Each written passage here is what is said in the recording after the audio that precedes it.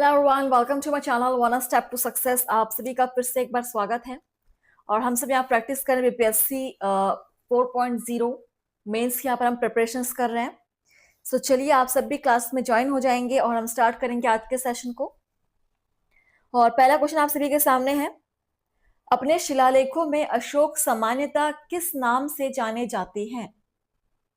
Option है चक्रवर्ती, प्रियदर्शी, धर्मदेव, धर्मकीर्ति, उपयुक्त में से कोई नहीं या उपयुक्त में से एक से अधिक।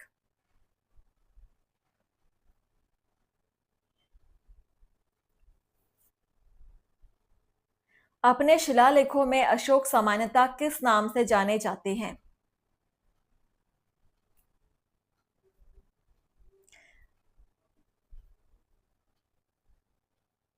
शिलालेखों की बात हो रही है और जहां पर आंसर हो जाएगा प्रियदर्शी। ठीक है, Priyadarshi, option B is correct. चलिए नेक्स्ट क्वेश्चन नंबर है 124। किस अभिलेख में कलिंग विजय का वर्णन है? मास्की अभिलेख, रुद्रदामन अभिलेख, जूनागढ़ अभिलेख, हाथी गुम्फा अभिलेख, उपयुक्त में से कोई नहीं या एक से अधिक।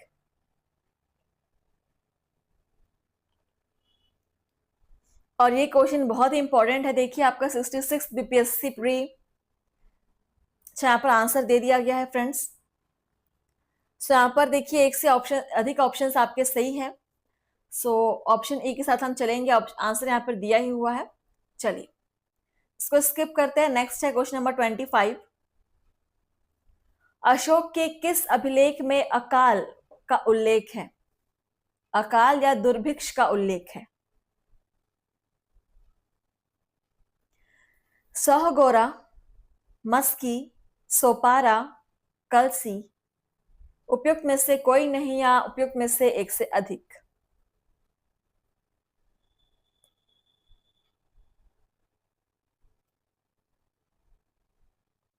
चलिए किस अभिलेख में उल्लेख है अकाल का?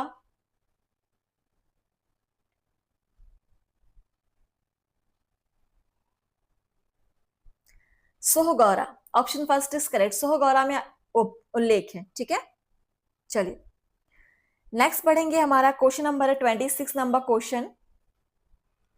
भारत में पहले साम्राज्य की स्थापना किस शासक के द्वारा की गई थी? ऑप्शन है चंद्रगुप्त मौर्य, अशोक, कनिष्क, चंद्रगुप्त द्वितीय, विक्रमादित्य, उपयुक्त में से कोई नहीं या उपयुक्त में से एक से अधिक।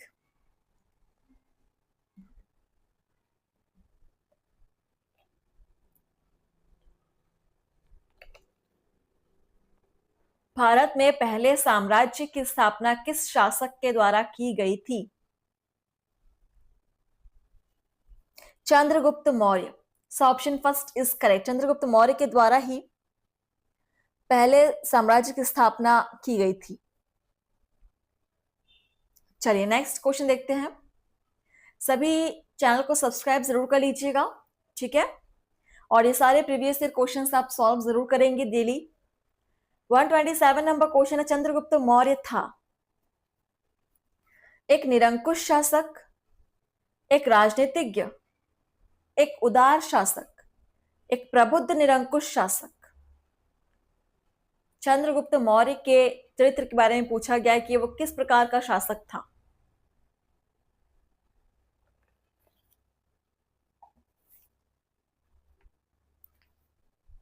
तो चंद्रगुप्त मौर्य एक प्रबुद्ध निरंकुश शासक था।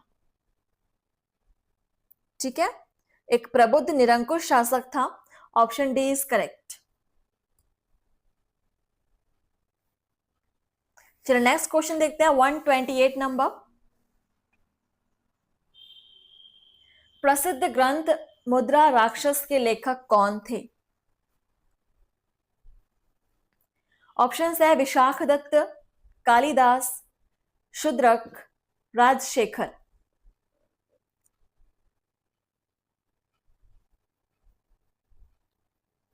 मुद्रा राक्षस के लेखक कौन थे?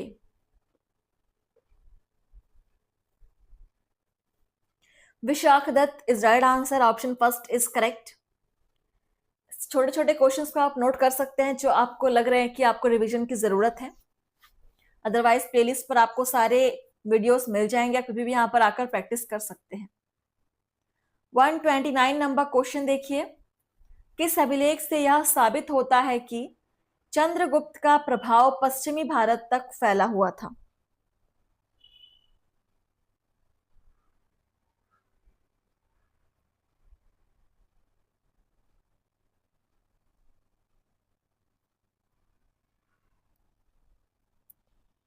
ऑप्शंस है कलिंग अभिलेख, अशोक का गिरनार अभिलेख, रुद्रदामन का जूनागढ़ अभिलेख, अशोक का सोपरा अभिलेख।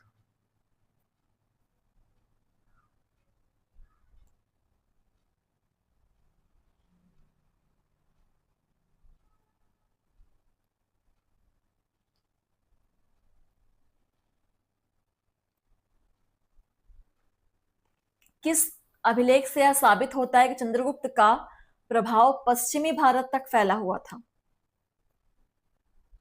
रुद्रदामन का जूनागढ़ अभिलेख के द्वारा यह साबित होता है, option C is correct. Next है क्वेश्चन नंबर 130, पाटलिपुत्र को किस शासक ने सर्वप्रथम अपनी राजधानी बनाई?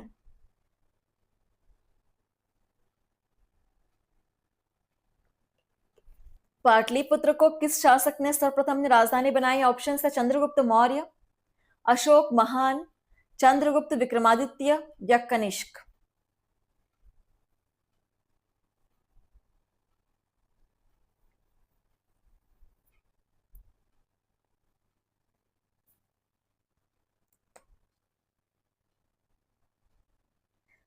आंसर है यहां पर आपका चंद्रगुप्त मौर्य ने, ठीक है, सर्वप्रथम अपनी राजधानी बनाई थी, ऑप्शन फर्स्ट इज करेक्ट। ठीक है, नेक्स्ट है क्वेश्चन नंबर 131, निम्नलिखित में से किस मौर्य राजा ने दक्कन की विजय की थी?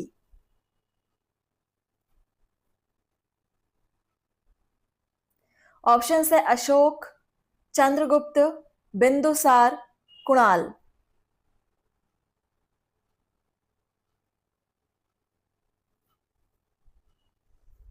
किस मौर्य राजा ने दक्कन की विजय की थी?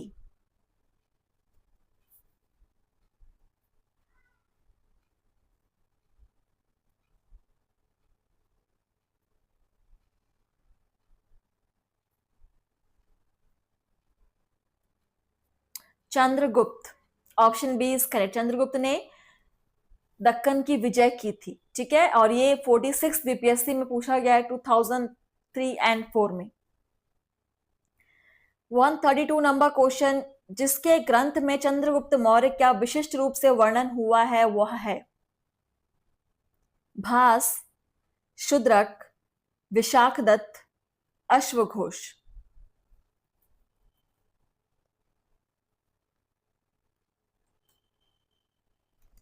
जिसके ग्रंथ में चंद्रगुप्त मौर्य का विशिष्ट रूप से वर्णन हुआ है।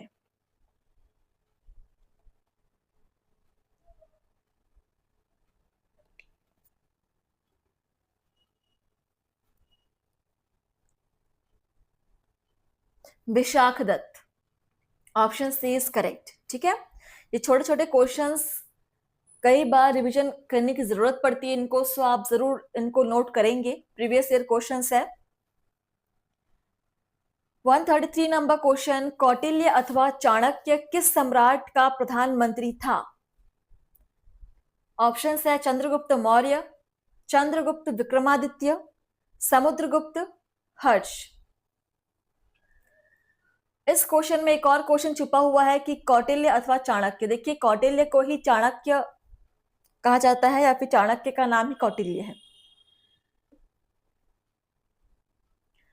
तो कौटिल्य किस सम्राट का प्रधानमंत्री था? और इसका आंसर आई थिंक सभी को पता होगा, चंद्रगुप्त मौर्य का प्रधानमंत्री था कौटिल्य अथवा Chanakya, option first is correct. ठीक है, चलिए नेक्स्ट क्वेश्चन नंबर 134, अर्थशास्त्र नामक पुस्तक का लेखक कौन था?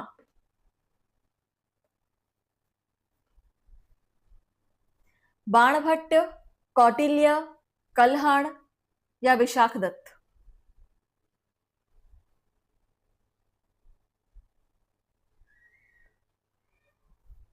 अर्थशास्त्र नामक पुस्तक का लेखक कौटिल्य। ठीक है, कौटिल्य थे अर्थशास्त्र नामक पुस्तक के लेखक, यानी कौटिल्य यानी Chanakya. So option B is correct. Next question number 135, Kautilya के अर्थशास्त्र में किस पहलू पर प्रकाश डाला गया है? आर्थिक जीवन, राजनीतिक जीवन, धार्मिक जीवन, सामाजिक जीवन?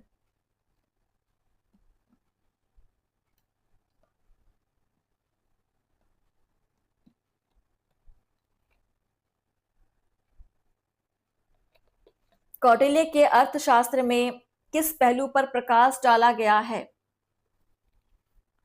ये बेहद इंपॉर्टेंट क्वेश्चन है। राजनीतिक नीतियों पर। ठीक है, राजनीतिक नीतियों पर यहां पर विशेष पहलू पर प्रकाश डाला गया है अर्थशास्त्र में, जो कि लिखा गया है कौटिल्य यानी चाणक्य के द्वारा। Option B is correct. 136 number question देखिए, नंद वंश के पश्चात मगध पर किस राजवंश ने शासन किया? मौर्य, शुंग, गुप्त या कुषाण? और नंद वंश जो है सबसे प्राचीनतम राजवंश है, यह भी याद रखना है। और ये क्वेश्चन आपका हाल ही में बिहार बीएचओ एग्जाम 2024 में पूछा गया है। 2024 में बहुत ही क्लोज हैं हम प्रीवियस ईयर क्वेश्चंस के। सुनंद वंश के पश्चात मगध पर मौर्य राजवंश ने शासन किया था। Option first is correct. Question number 137, Sandrocottus से चंद्रगुप्त मौर्य की पहचान किसने की? William Jones, V Smith, R K Mukherjee, D R Bhandarkar?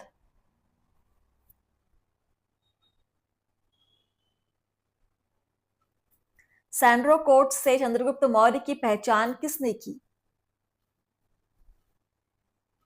William Jones ने। ठीक है, यह भी आपका बेहद इंपॉर्टेंट क्वेश्चन है। अगेन आपका पूछा गया 2024 में बिहार बीएचओ एग्जाम। चलिए नेक्स्ट क्वेश्चन देखते हैं।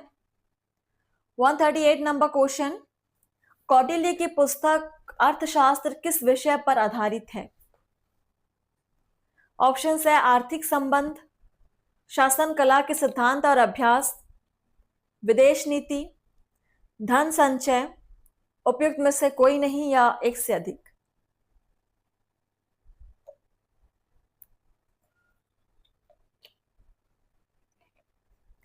कौटिल्य की पुस्तक अर्थशास्त्र किस विषय पर आधारित है? ये आधारित है आपके शासन कला के सिद्धांत एवं अभ्यास पर। Option B is correct answer. Okay, चलिए आगे बढ़ेंगे। 139 नंबर क्वेश्चन देखिए, चंद्रगुप्त मौर्य ने सेल्यूकस को बख्शीश के रूप में क्या दिया था? 500 युद्धक हाथी, 1000 अश्व, 2000 बैल, 4000 गाय, उपयुक्त में से कोई नहीं या एक से अधिक?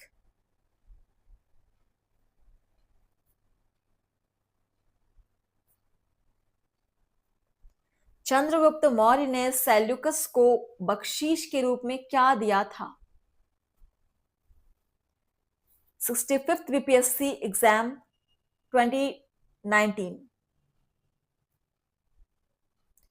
500 युद्धक हाथी दिए थे। ऑप्शन फर्स्ट इज करेक्ट, 500 युद्धक हाथी दिए थे चंद्रगुप्त ने सेल्यूकस को। क्वेश्चन नंबर 140, मेगास्थनीज दूत था सेल्यूकस का, सिकंदर का, डेरियस का, यूनानियों का, उपयुक्त में से कोई नहीं या एक से अधिक? किसका दूत था मेगास्थनीज? सेल्यूकस का, यह सेल्यूकस का दूत था मेगास्थनीज, जिसको भेजा गया था चंद्रगुप्त मौर्य के दरबार में।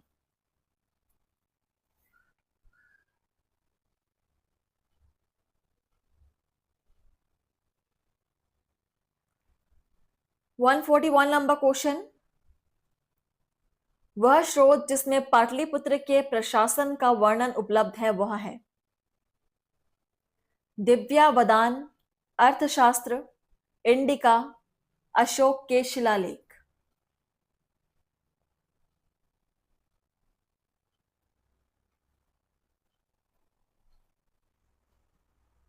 यह वर्णन उपलब्ध है आपके इंडिका नामक पुस्तक में, या ठीक है, option C is correct, Indica. 142 number question, Maurya समाज का 7 वर्गों में विभाजन का विशेष रूप से उल्लेख किया गया है कौटिल्य के अर्थशास्त्र में, अशोक के शिलालेखों में, पुराणों में, मेगास्थनीज की पुस्तक इंडिका में, उपयुक्त में से कोई नहीं या उपयुक्त में से एक से अधिक।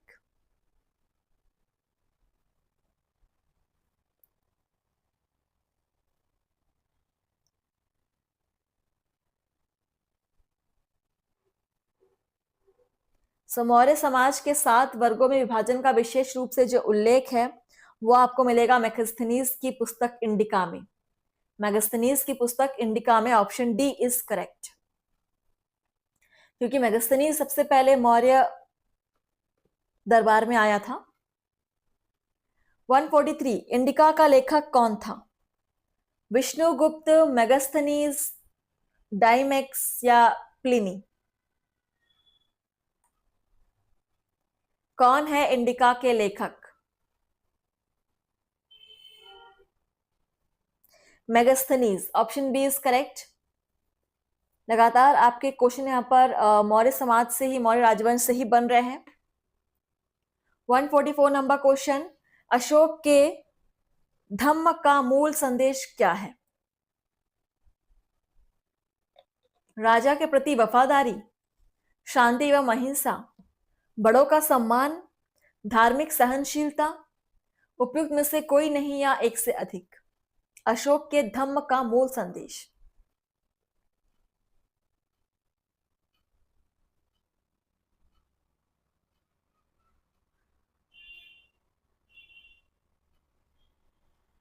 अशोक के धम्म का मूल संदेश यहां पर एक से अधिक है। इनमें से बहुत सारे ऑप्शंस आपके सही हैं जो कि आपके इस संदेश में आ जाते हैं। हम चलेंगे उपयुक्त में से एक से अधिक के साथ, ऑप्शन ई इज करेक्ट। ठीक है, नेक्स्ट क्वेश्चन नंबर 145, सम्राट अशोक चंद्रगुप्त का क्या था? बेटा, पौत्र, दाता, दादा या पिता? ये बेहद इंपॉर्टेंट क्वेश्चन है कि सम्राट अशोक चंद्रगुप्त का क्या था? पौत्र था। अशोक चंद्रगुप्त का पौत्र था, option B is correct. Question number 146, निम्नलिखित में से कौन मौर्य शासक अशोक की रानी थी? नागनिका, कारुवकी, ध्रुव देवी, कोसल देवी? इनमें से कौन मौर्य शासक अशोक की रानी थी?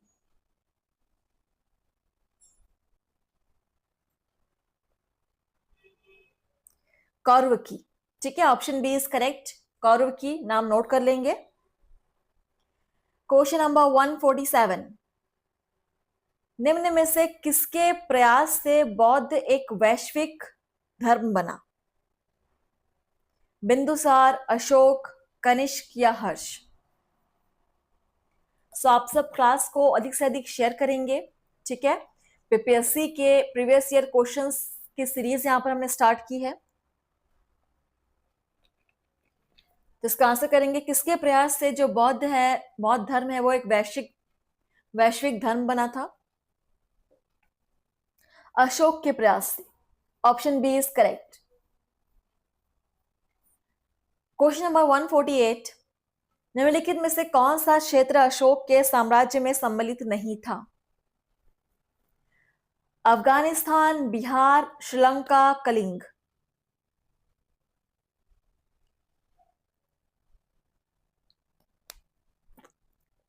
सो क्लियर है आंसर फ्रेंड्स, क्योंकि श्रीलंका तो इंडिया के अंदर है ही नहीं, भारत में है ही नहीं, सो अशोक यहाँ पर साम्राज्य कैसे कर सकता है? So option C, Sri Lanka Ashok के साम्राज्य में सम्मिलित नहीं था। क्वेश्चन नंबर 149, अशोक के शासनकाल में बौद्ध सभा किस नगर में आयोजित की गई थी? मगध, पाटलिपुत्र, समस्तीपुर, राजगृह। बात हो रही है अशोक के शासनकाल की।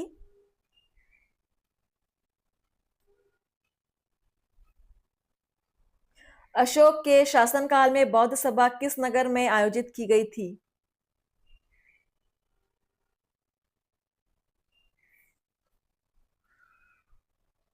Pataliputra. Option B is correct. 150 number question, Ashok ने किस राज्य पर आक्रमण किया था?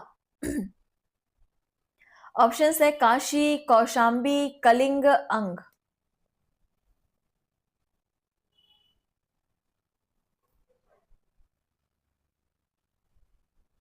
अशोक ने किस साम्राज्य पर आक्रमण किया था? Kalinga. Option C is correct. Kalinga पर आक्रमण किया था अशोक ने। और इसके साथ ही हमारा अगला क्वेश्चन है 151 नंबर, और ये सेशन का लास्ट क्वेश्चन भी है। देखिए, अशोक की नीति के आर्थिक परिणामों के कारण ही मौर्य साम्राज्य का पतन अधिकांशतः उचित था। इस तथ्य में किसने विश्वास किया? Romila Thapar, D N Jha, V A Smith, H C Raychaudhuri, उपयुक्त में से कोई नहीं या एक से अधिक।